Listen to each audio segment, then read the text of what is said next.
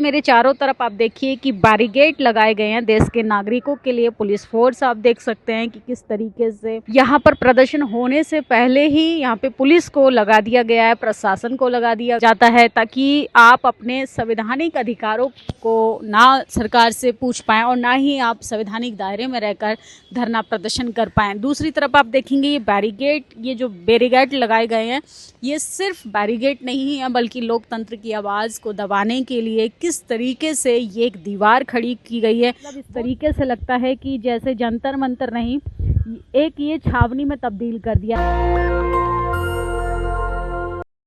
नमस्कार, मैं निधि रतन और आप देख रहे हैं नेशनल दस्तक।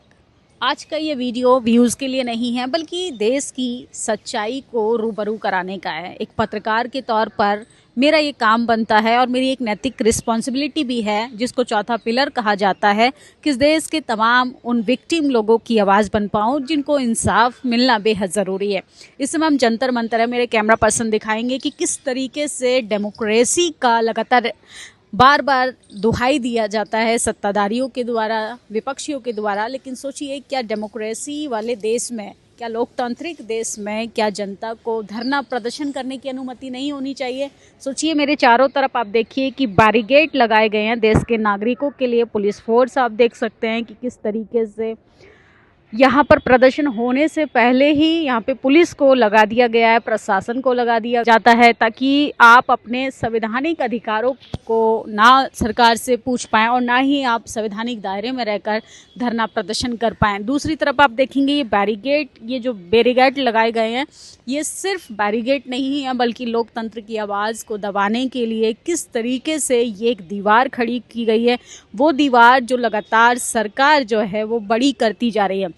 सोचिए किस तरीके से उन्नाव की बेटी लगातार पीड़ित सड़कों पर आकर अपने लिए न्याय मांग रही हैं। लेकिन सिर्फ उन्नाव की बेटी का ये सवाल नहीं है, इस देश के तमाम 140 करोड़ लोगों के वाजिब हिस्सेदारी का सवाल है। सोचिए, 80 करोड़ लोगों को हमारे देश के प्रधानमंत्री जो हैं वो राशन देते हैं, लेकिन उनकी बात को, उनकी तकलीफ़ों को, उनकी जो पीड़ा है उनको कौन सुनेगा? किस तरीके से लोकतांत्रिक देश में, संवैधानिक इस देश में मौजूद है, संविधान के होते हुए आज़ादी के 78 साल बाद हमारे देश में अभी भी आज़ाद भारत में आज़ादी के साथ साथ आपको सवाल पूछने के लिए भी कहीं ना कहीं अभी बंदिश की जंजीरों में है। सोचिए, बैरिकेड लगा दिया गया है, प्रशासन को पहले से यहाँ छोड़ दिया गया है। क्या इस देश में इस तरीके का देश बना दिया जा रहा है कि जिस हिसाब से डिक्टेटरशिप लागू है? ये जेडीयू का कार्यालय आप देख रहे हैं, यहाँ पे बैरिकेड चारों तरफ से, मतलब इस तरीके से लगता है कि जैसे जंतर मंतर नहीं, एक ये छावनी में तब्दील कर दिया। एक समय होता था जब यहाँ पर धरना प्रदर्शन होते थे, मीडिया का भी काम होता था कि जब मनमोहन सिंह की सरकार थी वो लगातार सवाल पूछे, उनकी ट्रोलिंग करे, और ख़ासकर बहुजन नेताओं की सत्ता अगर जब रहती है तो उनकी किस तरीके से आलोचना की जाती है इस देश में। ये तो आपको अच्छे से पता होगा कि ये देश कृषि प्रधान देश के साथ साथ जाति प्रधान देश भी है।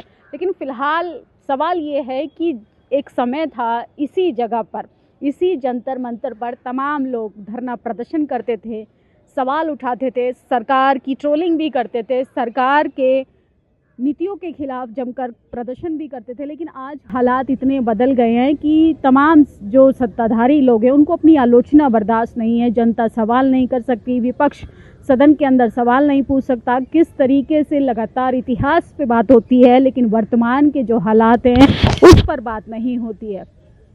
ये खबर दिखाने का मोटिव ये था कि आज़ाद भारत में अभी भी देश का नागरिक लगातार गुलामी की तरफ धीरे धीरे बढ़ता जा रहा है। आप सरकार से सवाल नहीं करेंगे, वो सरकार जिसको जनता अपने वोट से चुनकर सत्ता में भेजती है, लेकिन आप सरकार से अपने हक की बात नहीं कर सकते, अपने लिए अधिकारों की बात नहीं कर सकते।